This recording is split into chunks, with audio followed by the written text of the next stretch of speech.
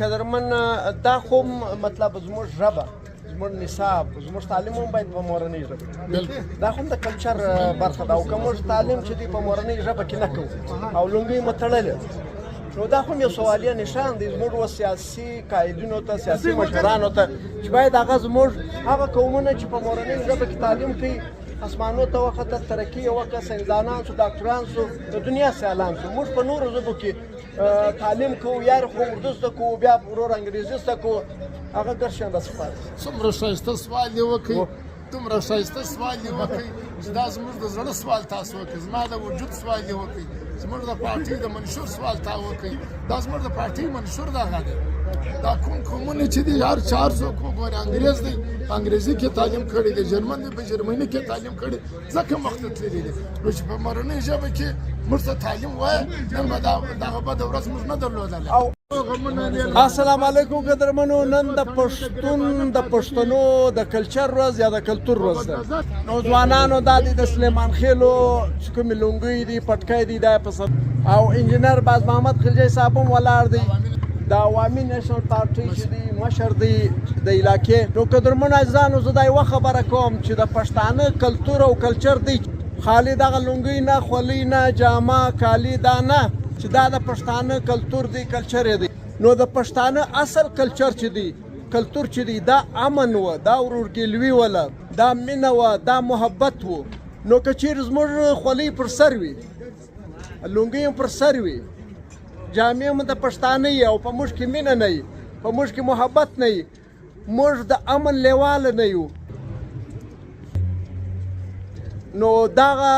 کلچر ډېر بیا هېڅ معنا نه لري اصل کلچر دی نه ده اصل کلتور د پښتنو په مورنۍ ژبه کې تعلیم په مورنۍ ژبه کې تعلیم ډېر ضروري دی ولې دې دپاره موږ ته هم پکار دی چې موږ جدوجهد وکړو خو د بده مرغه زموږ د مشرانو چې کوم موږ جدوجهد کوو د زموږ مجلس چا نه دی اورېدلی د باچا خان مجلس چا نه و اورېدی زموږ د مشرانو ولي خان مجلس چا نه و اورېدی دا بدبختي ده د دې ملک څوک حقیقت وایي هغه جیلو ته بیایي نو ځکه بخښنه غواړم په کار دغه دي دا تا چې وویل بلکل دغسې موږ سره د پښتانو د کلتور د کلچر اصلي نمونه اصلي مثال انیب بیټنۍ دی چې څو ورځې مخکې تقریبا 40 لکه روپۍ پیدا کړې وې او دا یې هغه مالک ته حواله کړې نو اصل کلتور د پښتنو ایمانداري ده په دې سړی کې امن ایمانداري هر شی ژوندی دی له ده سره خبره کوو زه ډېر خوشحاله یم قربان شم زه خاص تر د ان پي د مشرانو سره ډېر خوشحاله یم او ما جمال الله ستا کور ودان دا د خیر لاره و دا خیر لاره به کوو الله دې توفیق ما یو زوی بیماره و په دا لاره کې ما دا موږ روانو ما دعا وکړه ما خدای ته زما زوی ښه کړې بله دعا مې وکړه هغه زما سره حافظ صاحب را سره و بس بیا دوه کسان ورته ولاړو دا شی دا شي ته ولاړ وای مور نږدې کېږه بم پروت وي مالتې شاته سي که څلور جنازې وسي دا پیسې چې پرتې ولې زه ورځم زیر اخلم قرار سي را وامیخستې بیا د ما ته حافظ صاحب وویل انیب جانه تاسې دعا وکړه مال به دا د الله امتحان دی خدای به زما زوی ښه کړي خدای به زما بچی ښه کړي زه د ټول پښتانه او دعاګو د خاص تر د ان پي ملګري ما ته افضل افزایي راکړې ده زه د هغو شکریا ادا کوم انشاءالله تعالی دا د خیر لاره ده دا به همیشه موږ کوو چا ما ته دعاوې کړي دي زه د هغو ډېره شکریا ادا کوم جمال الله زه ستا ډېره شکریا ادا کوم اصل د پښتنو کلچر د مینه محبت ورورګلوي انصاف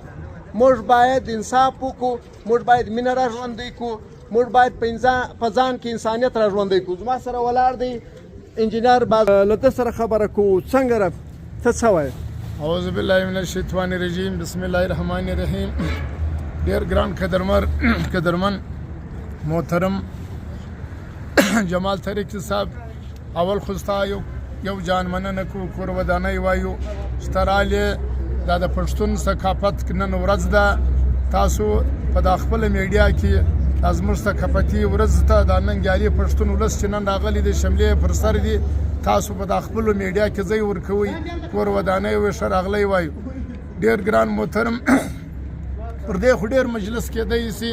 ډېر اوږد مجلس کېدی سي 4-5 غنټې مطلب پر دې باندې مجلس کېدی سي خو صرف دا به ووایو چې دغه چې کوم زموږ د ثقافتي ورځ ده دا موږ ته دغه ملي مشرانو څخه د ملي اتلانو څخه په میراث کې پاته ده دغه ورځ ته پښتون افغان ته په کار دی چې دا د خوشحالي ورځ په ټوله دنیا کې نن جوړیږي او موږ ته هم په کار دی چې موږ راوځو دغه د خوشحالي اظهار نورو قومو ته هم دا ور وښیو. او رښتیا خبره دا ده چې کوم قوم د خپلې ژبې د خپلې تهذیب د خپل تمدن د خپلې شملې د خپل ثقافت قدر نه کوي هغه ورکیږي. نو چونکې د ژوندي قومونو دغه فرض دی چې دی را ولاړ شي خپل ثقافت هم ژوندی وساتي. په دغه باره کې حمزه بابا وایي واښته ستا په زړه کې څه پاتې دي، واښته ستا په زړه کې څه پاتې دي، یو څو غمونه میلمانه پاتې دي، یو څو تڼۍ د ګریبانه پاتې دي، په بد نظر چې ورته ونه ګورې یو څو شملې د پښتانه پاتې